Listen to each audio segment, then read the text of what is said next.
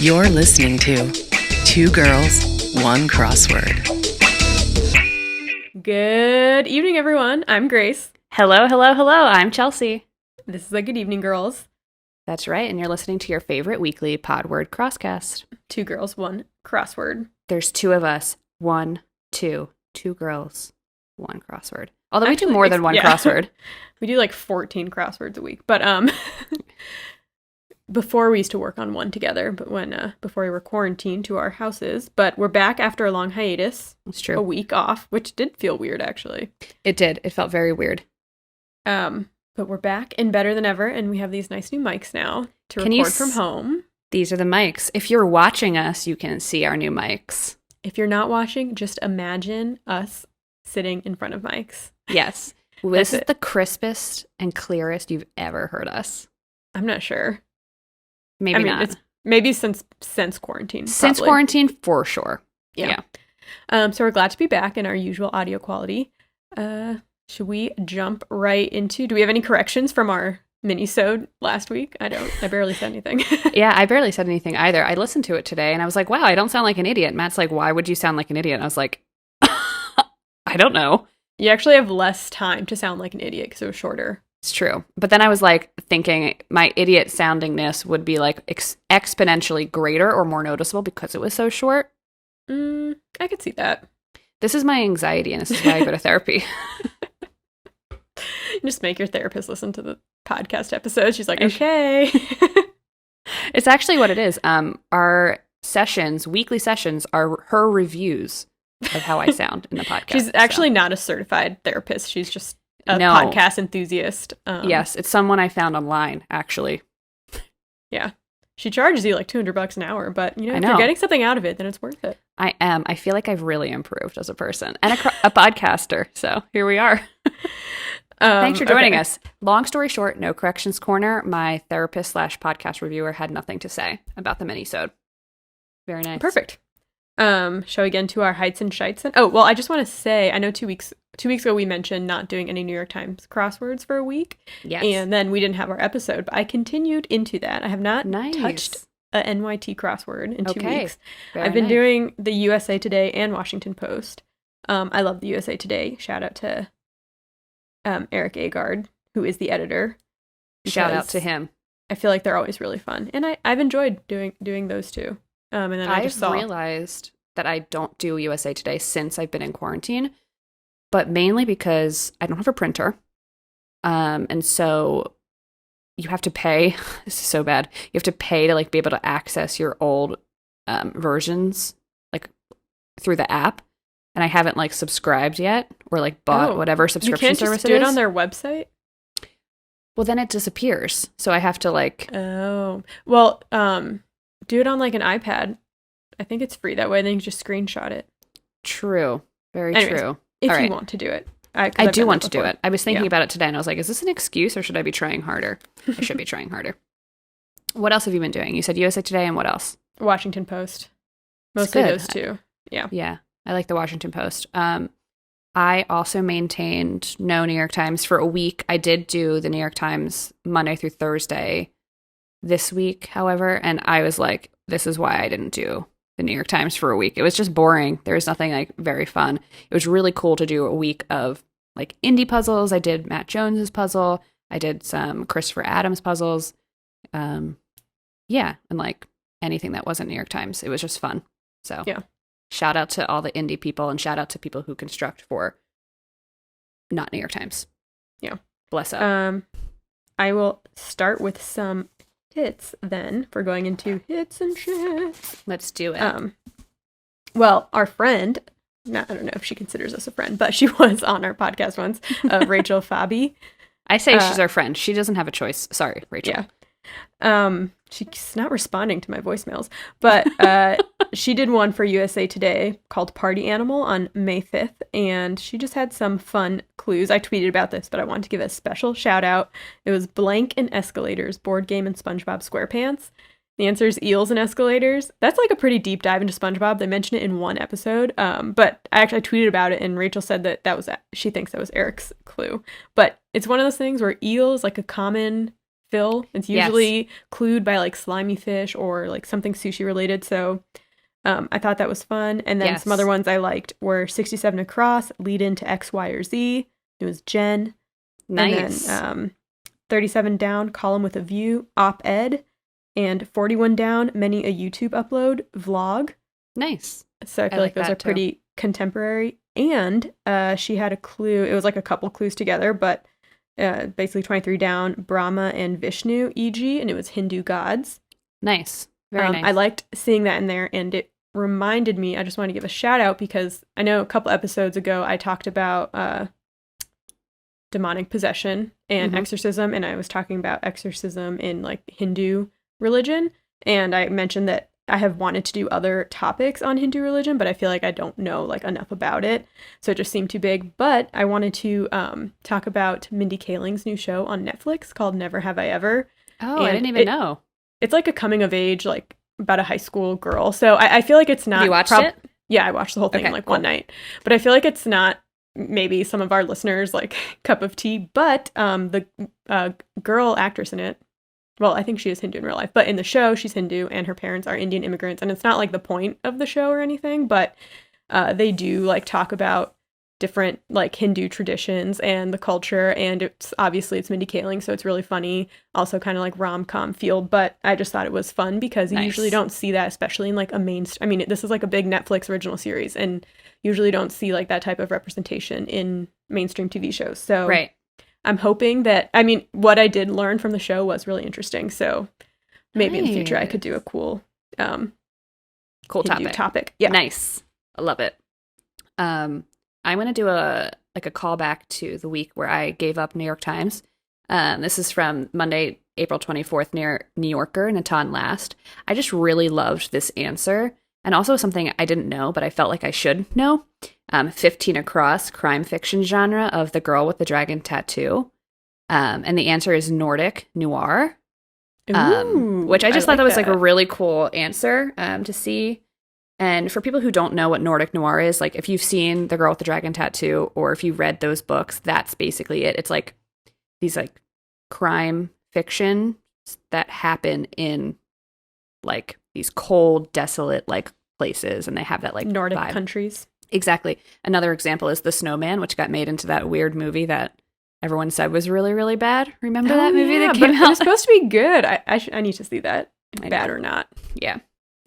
And speaking of Eric actually had a puzzle in the New Yorker May 1st.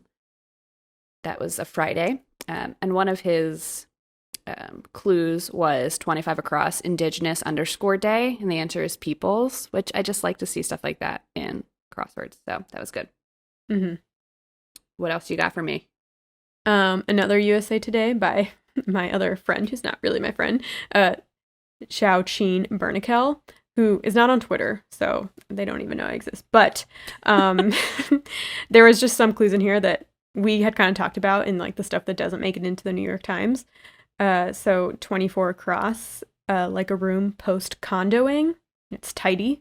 Nice. And then they did 48 down, Dr. Li Wenliang, too many, and the answer is hero. That was the COVID-19 whistleblower in China. Nice. That's a great So clue. I feel like that, hero could have been clued by anything. Yeah. But I feel like you wouldn't see it in the New York Times, so. Right, for sure. Yeah. And just to say what you said, like post-condoing, she's using the Marie Kondo spelling, Kondoing, yes. Not like when you move to a condo or like you become part of a condo association. So just to be clear there. And I like that it was tidying because Marie's book is like the life-changing magic of tidying up. Because at first it was 4 letters, so I was like, neat. And I was like, no, it's tidy because that like makes sense, you know? It's just like, you just like get it.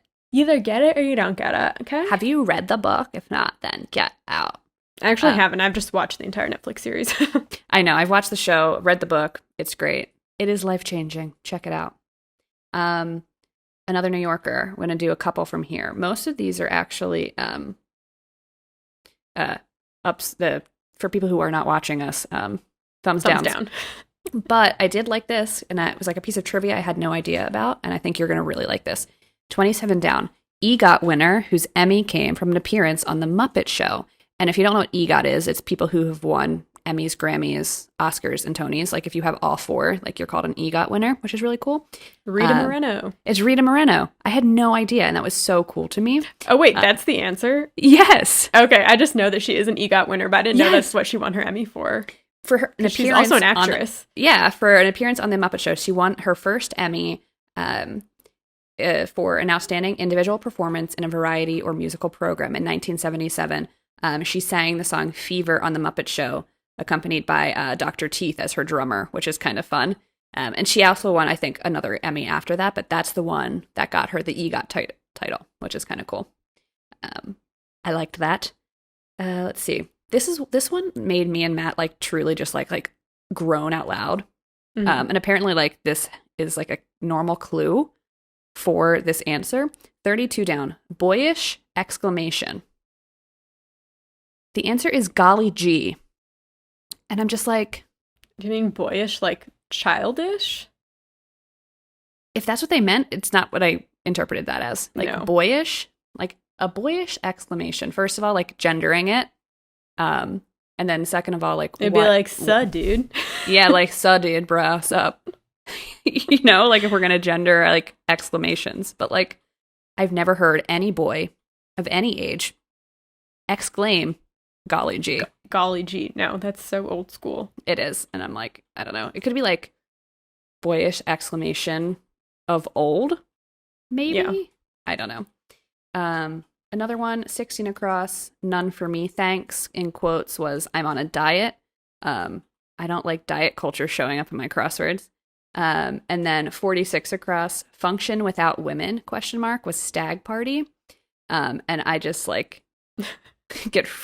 Again, well, why'd they like use function? I mean, I guess like it's a play on words, but it seems like unnecessary.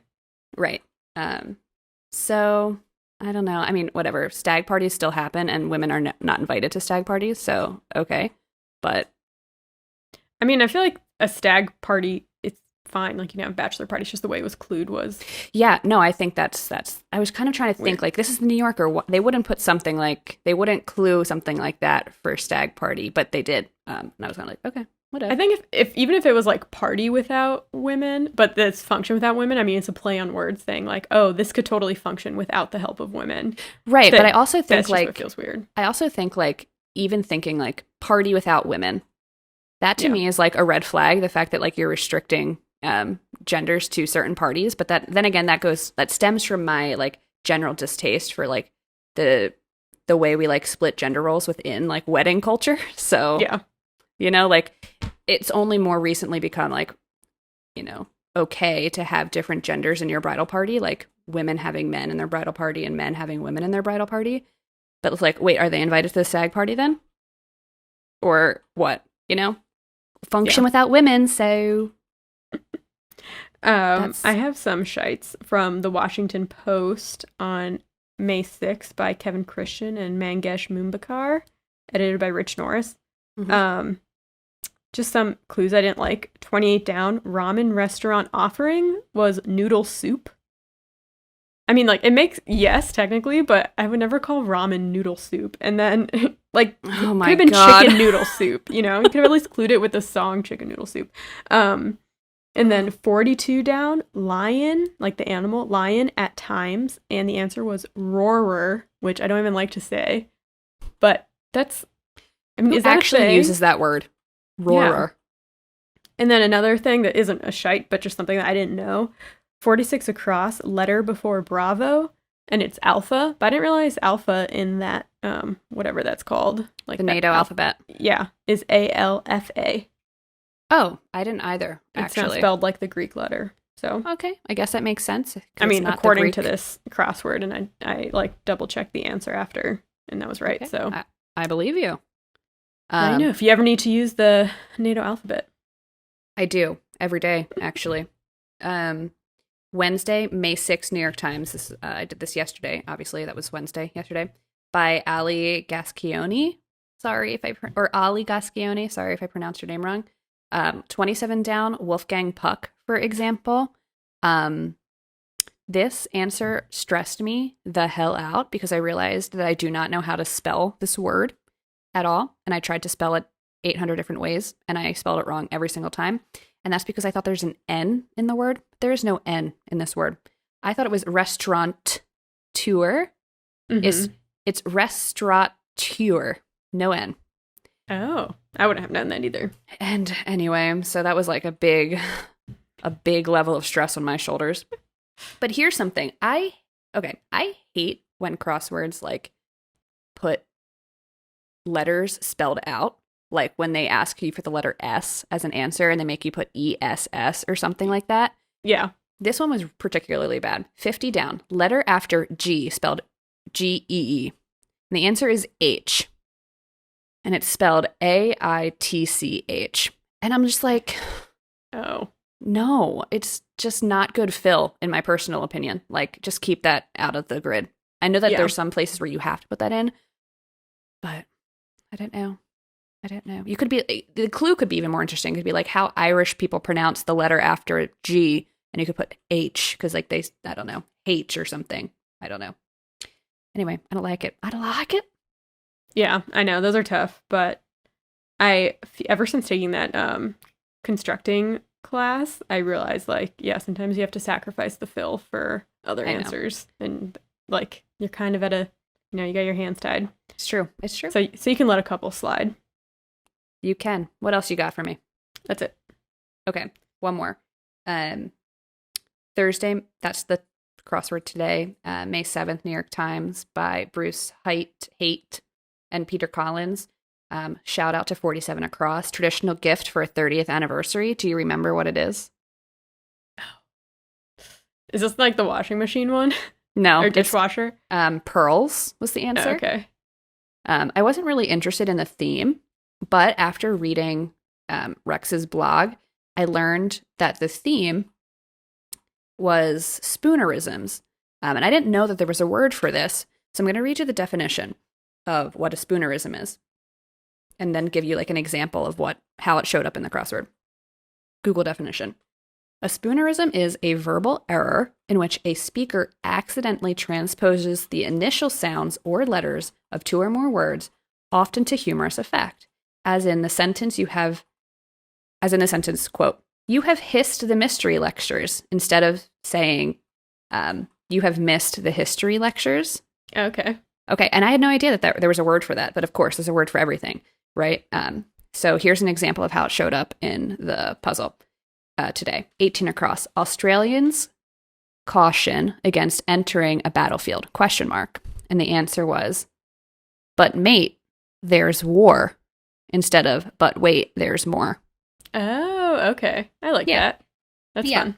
I think the theme was in itself, like the themed clues and the themed answers were fun. There was nothing to connect the themed answers to each other. And like this saying, "But wait, there's more," is like almost like an idiom now, because it shows up in like our infomercials or whatever. Mm-hmm. But some of the other answers weren't even real phrases. They just happened to be words that you could mix up. And I'm like, okay, I don't know. There wasn't really anything kind of connecting them together. So it was like, fine. Pass. But that's all I got. All right. Well, should we get into the coin flip? We should get into the coin flip. I'm going to go ahead and flip the coin right now.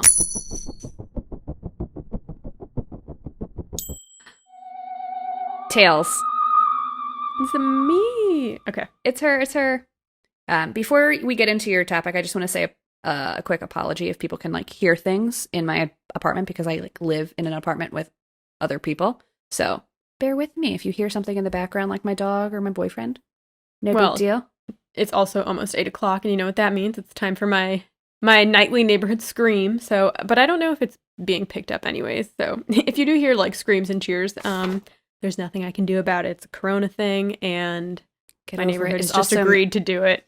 Yeah, it's making its way up here. I know. Yeah. Oh my God. Sorry, I'm busy. Okay. My topic is from the Washington Post, May 6th, by Kevin Christian and Mangesh Mumbakkar. And it is 21 across, short-term sculpture material. Short-term sculpture material? Like what, paper mache? No. Paper mache could last forever. It's ice. Right. Oh, shit. Yeah. Are you talking about ice sculptures? Yes. Yes, and other nice. stuff because there's not that much stuff about ice sculptures. Also, if you're watching this and you see me looking down, apologies, but I'm reading my notes. Okay, so Do it. most sculptures, artistes, they want their work to like be displayed, in homes and museums for generations and lifetimes. But not ice sculptors. They sculpt away, knowing all their hard work will only last for one night.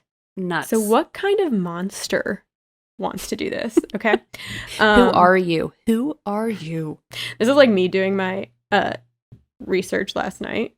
Right. Is it safer to outlive your art? Is there freedom in short lifespans? Okay. So the first time that we saw ice being used as an art medium is believed to be in 1892. So not that long ago, considering. When renowned French chef Auguste Escoffier created an ice sculpture of a swan to accompany a new dessert he made. Today, we mostly see ice sculptures at weddings or corporate events, and they're like a one-night only type of thing, because obviously they melt, unless you live in a freezer. I do. Swan, hearts, and logos are like some of the most common ones you see these days. And I hate to break it to you, but some of the most common ones are not done by an ice sculptor. It's just a machine that does it. Like swans. Sorry, that just doesn't work for me. Also, I can hear screaming in the background now. Yeah, it just started. They've woken up.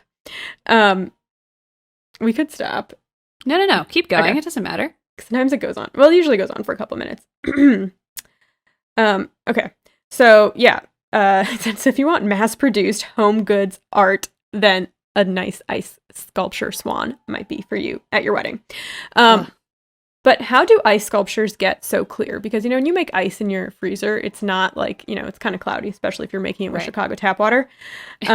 Like me, yes. Yeah. All of my ice sculptures are very foggy. Can you, I need some tips. I know. I didn't know how to tell you that, but they have been foggy. So it has nothing to do with like the purity of the water. It's actually the method in how it's frozen. So basically the freezing process of like the giant ice blocks, it's like in a machine where the water is constantly circulating, and somehow that helps it like freeze completely clear. So you're saying because my water sits still, it's foggy? Yeah. So if you want to go in a freezer and like stir your little ice cubes, and they'll be nice and oh my God, this is ice shaming at its finest. I'm sorry. These giant blocks can take 4 to 5 days to freeze. And most sculptures are made out of like one giant block, but sometimes there's multi-block sculptures when you get into like the more intricate stuff. Okay. So ice sculptors use tools like chainsaws, chisels, and hand saws. If you ever go to Zoo Lights at Lincoln Park, there's always an ice sculptor there, and he's like has this gigantic chainsaw hacking away. It's like, yeah, it's wild. The art form is traditionally taught in culinary schools.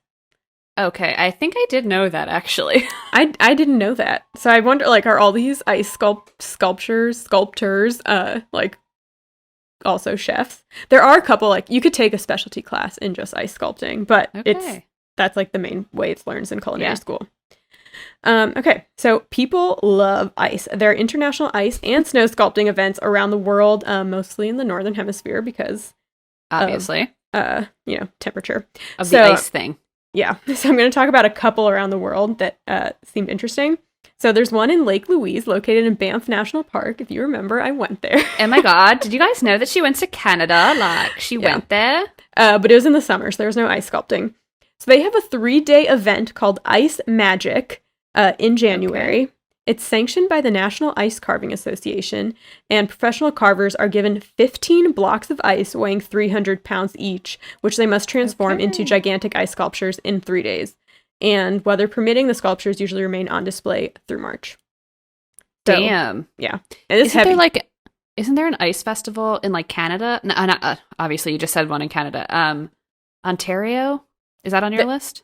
There's a bunch in Canada, shockingly. Okay. But there is a huge one. I think the biggest one is in Quebec City. Oh, maybe that's what I'm thinking about. Yeah, that's like where people come all over the world and compete in ice sculpting. But there is an ice sculpting contest in Japan. This is like, I feel like they probably have the coolest sculptures. Oh my God, yeah. So it's in the city of Sapporo, which is famous for its winter carnival.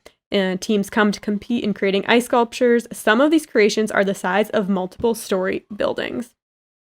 What? So a lot of times when you're doing like a huge ice building, it's they actually take ice from like frozen rivers and lakes. They like go in and take these gigantic cubes of ice. Wild. Yeah, and they're really freaking heavy. Okay. So since 1989, Alaska, which I've also been to. Oh my God, Lack, she's been to Alaska. Since 1989, they've hosted the annual World Ice Art Championships. In a typical year, more than 45,000 spectators pass through the gates of the ice park. The competition has 2 categories, single block and multi-block. And then each competition is further separated into abstract and realistic sculptures. So I was looking at pictures. Some people have like gigantic mermaid sculptures. It's kind of like, when you see those super fancy sand sculptures. Yes. And like you didn't even realize that sand could be made that way. That's kind of like what they're like gigantic, beautiful pieces of art. Wild. And then this is what I want to go to. One of the most popular attractions at Ice Park is the Kids Park, where children of all ages, hopefully adults, can glide down ice slides or spin in ice twirly tops. Yes. I don't know what an ice twirly top is, but I want to go and go down an ice slide. Yeah. I feel like I would throw up in an ice twirly top, but that's just because I get like motion sick. Maybe. Nothing against the ice. Yeah. Sure. And then if this interests you and you're wondering where the National Ice Carving Association is located, you're in luck if you live in Chicago, because it's in Oak Brook, Illinois. That's What? like the one for the U.S. Yeah. So I'm guessing that's where the Lincoln Park Zoo Lights guy comes from. Yeah, for sure. Dude. Wild. All right. So there's not that much to say about ice sculptures. Okay. But there's other things that ice has been used for, like before it became this art medium, and I'm going to talk about some of that.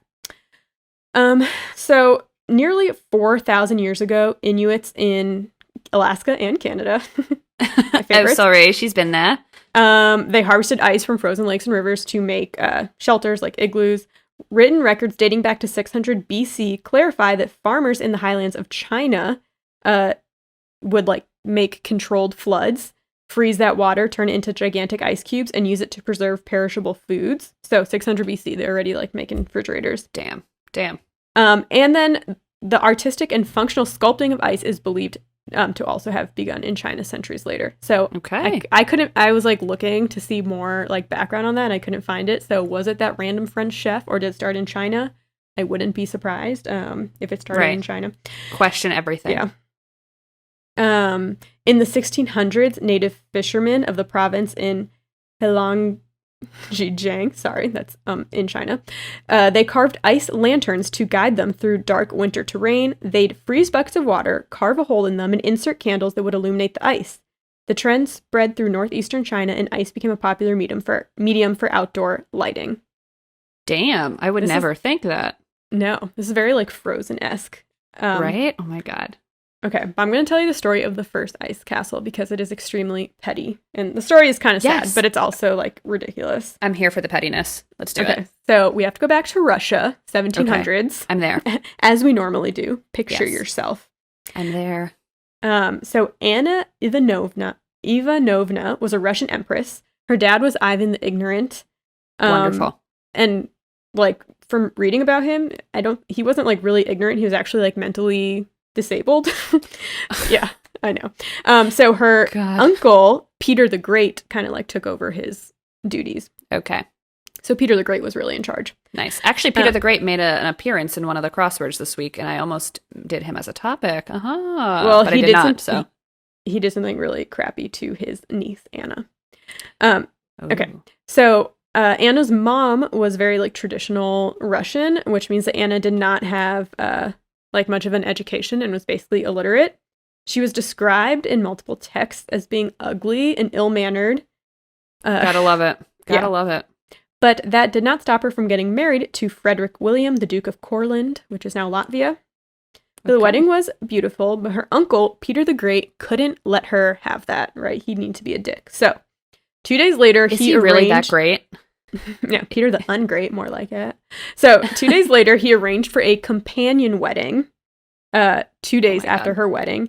And he basically, he created a wedding to be, like, modeled after Anna's wedding, but he hired, he probably didn't pay them, a bunch of dwarfs. So, like, little people. Dwarf is like that's like a... Yeah. Yeah. a term that you're allowed to use. I looked up. I was like, wait, is this right? So it is.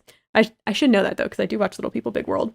So the wedding was supposed to be a cruel parody of Anna's wedding, since she was like considered so unattractive. And he invited like all these like Russian, like elite Russian people in the government to come and watch this like parody wedding and kind of laugh at it. But in a way, it was also like a parody of all the Russian people who were at Anna's wedding. I don't know. They're supposed to be like Lord have mercy. More behind it.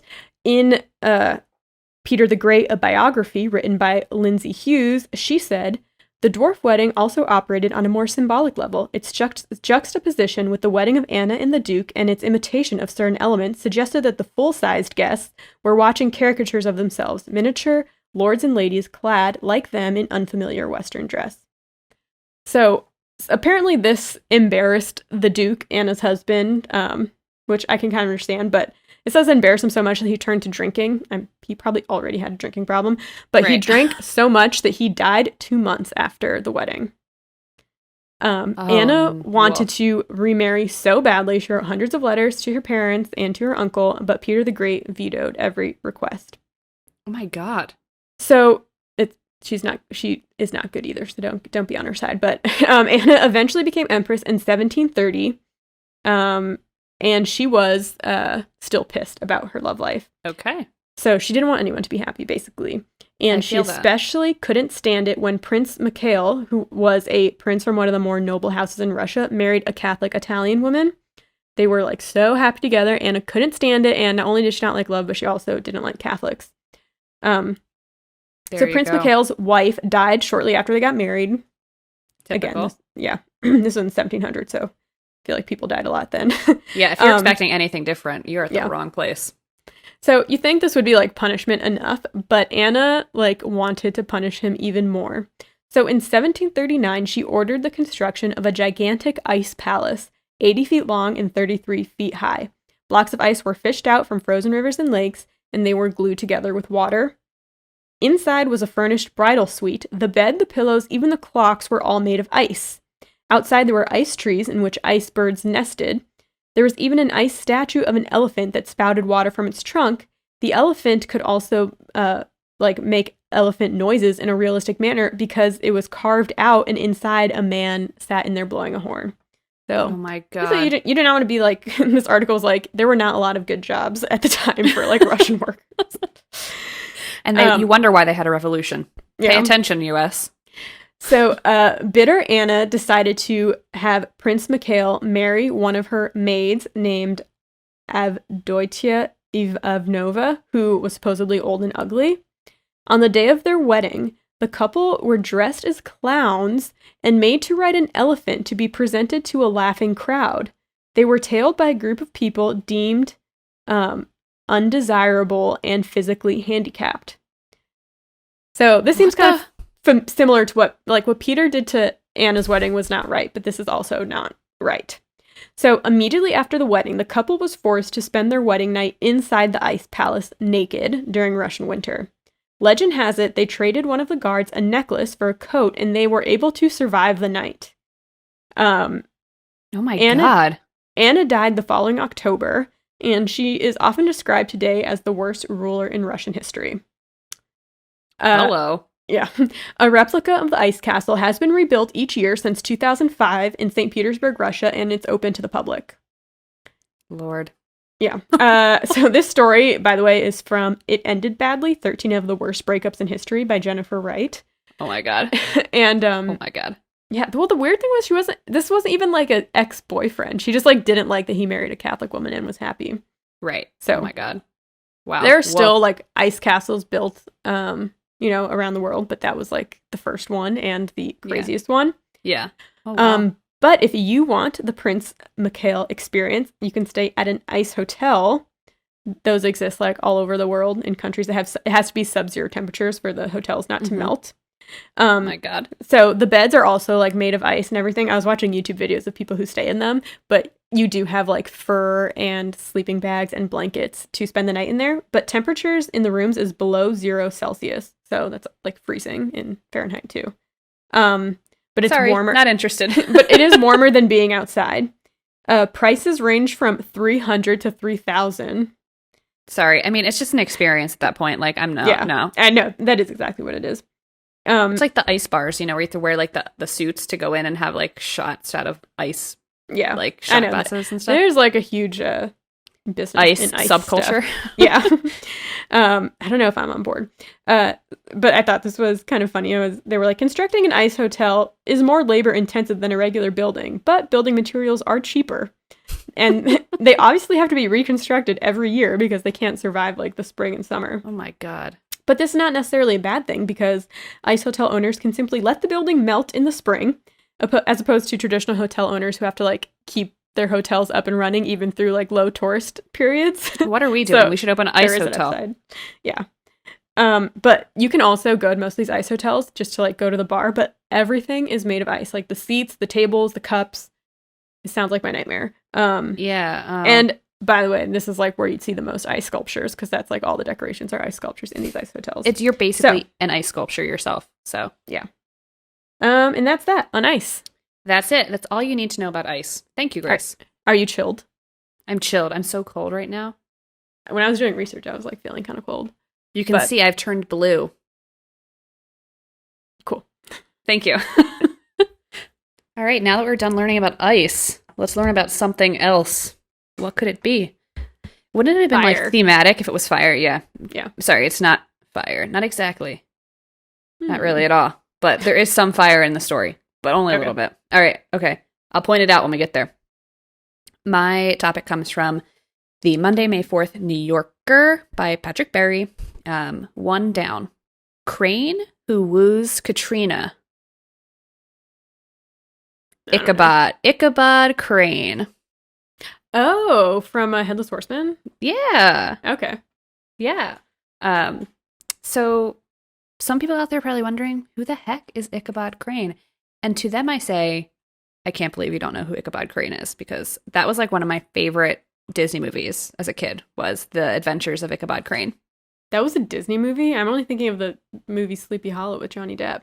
Yeah, that is a good one too. But no, there's a Disney movie and it's very good. And I would rent it from the library.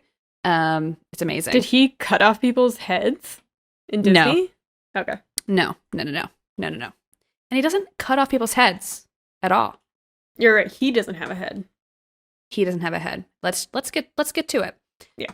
So, who is Ichabod Crane? Ichabod Crane is the protagonist of a Washington Irving Gothic short story called The Legend of Sleepy Hollow. And it was published between 1819 and 1820. It was originally published in a short story compilation, sort of. So he would like release short stories occasionally, and then eventually they got compiled into like one book. That's why it was released between 1819 and 1820. And the book is called The Sketchbook of Geoffrey Crayon Gent, commonly referred to as the Sketchbook.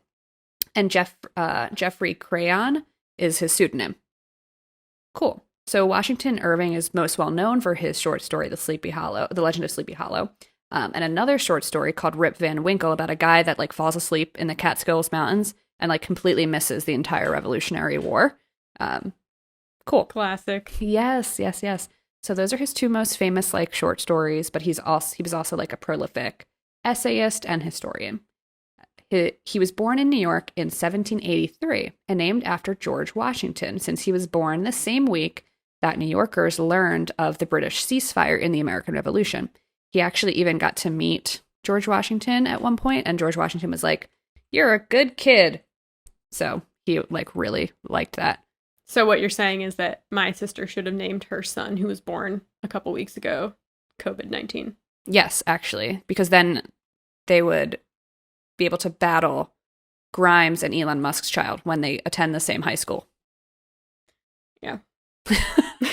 I can't even talk about that. I know. That's a different episode. That's a very different episode. So yeah, born in New York, 1783.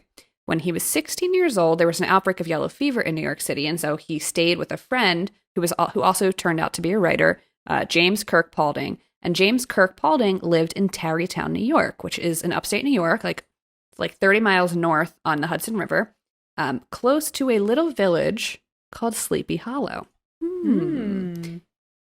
It was then that Washington Irving, learned about the Dutch customs and their like within that town. So he was really intrigued. So there's a ton of interesting facts about Washington Irving. And I'm not going to get into it. I'm not going to get into his life or his travels or anything like that. But I do want to. None of your damn business. None of your damn business. But I do want to talk about my favorite fact that I learned about him.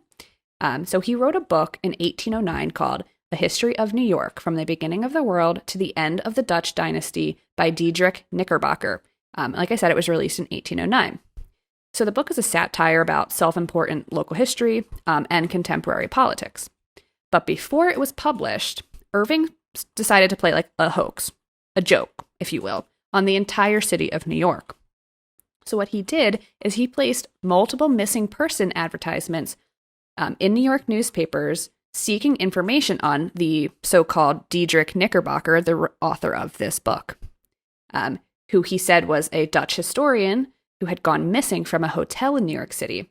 As part of this whole trick, he even had a hotel proprietor post like a warning in the newspaper that if he didn't show up and pay his hotel bill, the hotel proprietor would publish the manuscript that this Knickerbocker left behind. And so, of course, people were like freaking out, following along in the papers, like really like, where is this historian, right? That there was like even New York like state officials who were so eager to find him that they offered rewards for people who you knew where this Knickerbocker was come forwid. He's a smart marketing guy. You're right. The first like marketer, start his own advertising business. Anyway, this Knickerbocker did not exist. And finally, Irving like published this book. And he published it under the Knickerbocker pseudonym. And it became an immediate critical and like success. And it was hugely popular. People loved the whole hoax thing. They loved it. And today, the name Diedrich Knickerbocker is now a nickname for like residents of Manhattan. And it was adopted by the New York Knicks as like their team. So the New York Knickerbockers. Yeah. And the Knickerbocker Hotel. Yeah, exactly. So I thought that was really fun. And that's some fun facts about Washington Irving. He eventually died of a heart attack in Why are you laughing? 1859, because I have no idea. Everything is funny now. He was 76. Legend has it that his last words were, quote, "Well, I must arrange my pillows for another night. When will this end?" And I feel him so hard on that. Like, funny guy. Funny guy. He was eventually buried in the Sleepy Hollow Cemetery in New York. Very cool. There's a Sleepy Hollow in Chicago. Is there? A suburb, yeah.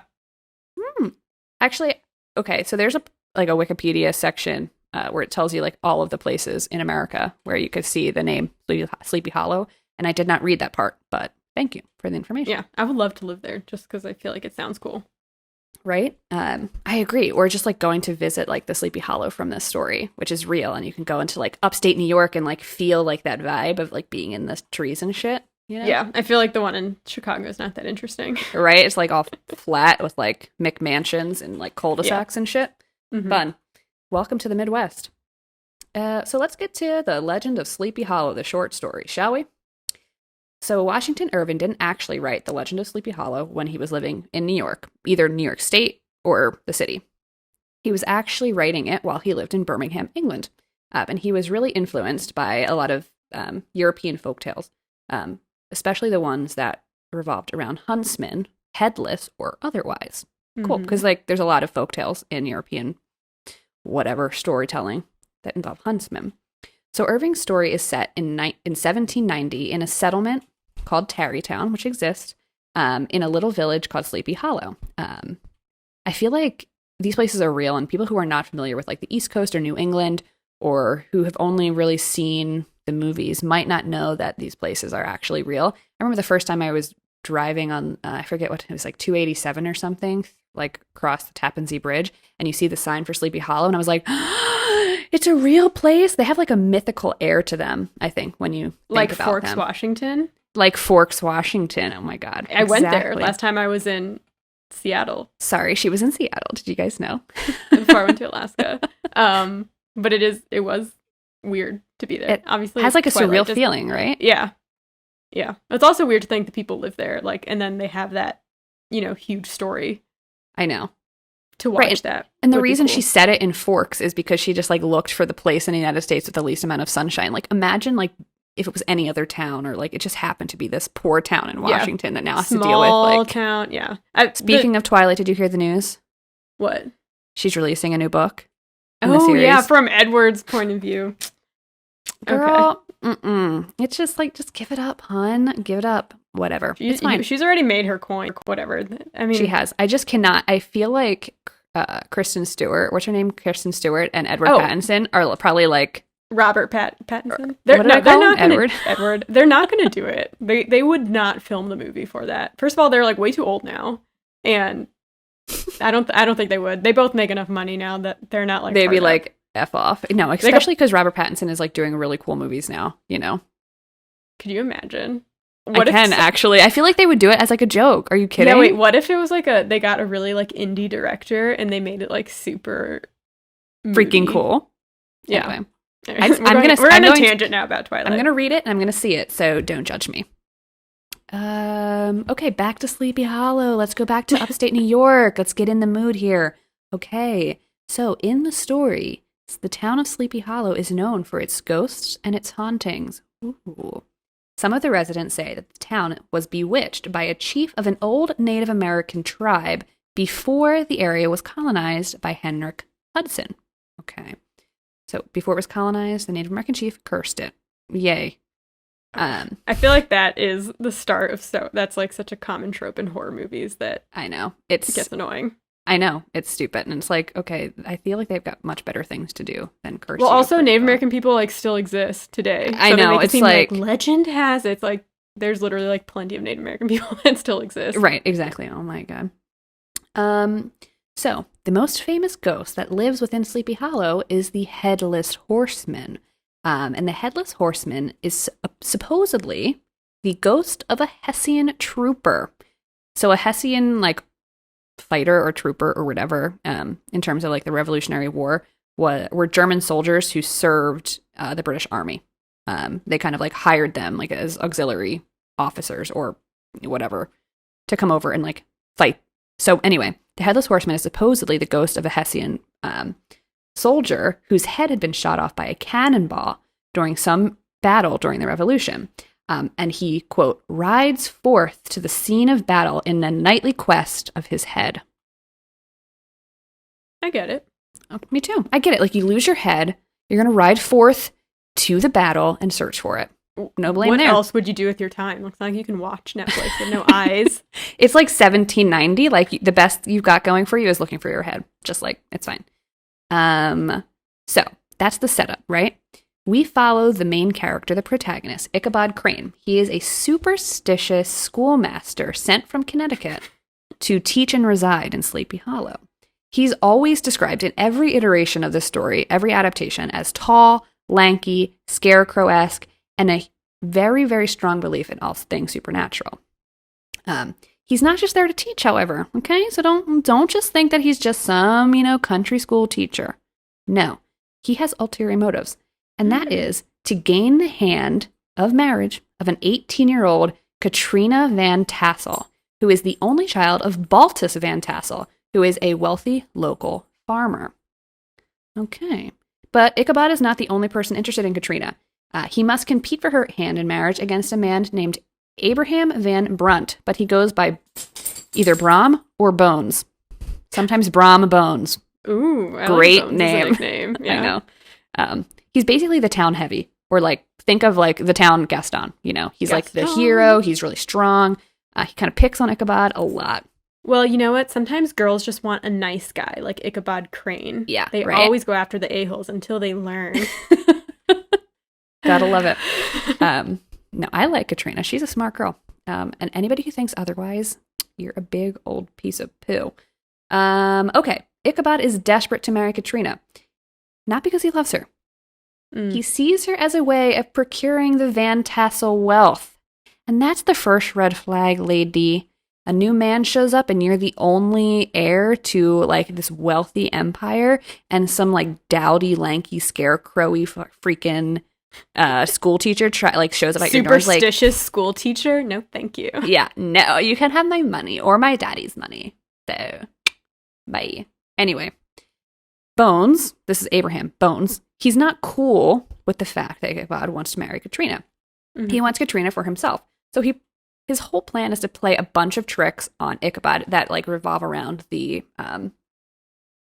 town ghost and things like that. He's trying to scare Ichabod away. So he plays all these pranks until one night everything culminates into a horrifying finale. Both Bones and Ichabod are invited to a harvest party at the Van Tassel's house. It's autumn, it's dark, there are fires, there's a feast. Locals are telling ghost stories around fires. Very spooky. I want to move to this town. Right? Ichabod actually plans to propose to Katrina tonight at the harvest party. Okay? Dude, she doesn't even want to marry you. Right? So the party ends, everyone leaves. Ichabod kind of saunters up to her. She denies him. Apparently, she was leading him on so that she could make Bones like her more. She just wanted to increase Bones' desire for her. Okay. And it worked. It worked. So Ichabod is heartbroken. And by heartbroken, I mean he's like, damn, no money for me. I guess I really am just a school teacher. So he decides to ride home to the farm that he's staying on. He goes through the woods. And he passes several apparently haunted spots that he remembers from the ghost stories that he heard. Remember, he's very, very superstitious. I was going to say he's super superstitious. And he just got his heart broken, right? So his imagination begins running away from him. He reaches an intersection, and he chances upon a cloaked traveler. The traveler is very large and very silent and very eerie. No, Ichabod... Not a good sign. No. Ichabod is, as you can imagine, horrified to realize that the traveler's head is not on his shoulders, but at his side. A lit jack-o'-lantern. And this is where the fire comes in, everybody. The jack-o'-lantern is lit, being held at his side. Jack-o'-lantern. Right? So Ichabod is like, you know what? Fuck this town, fuck Katrina, fuck Bones.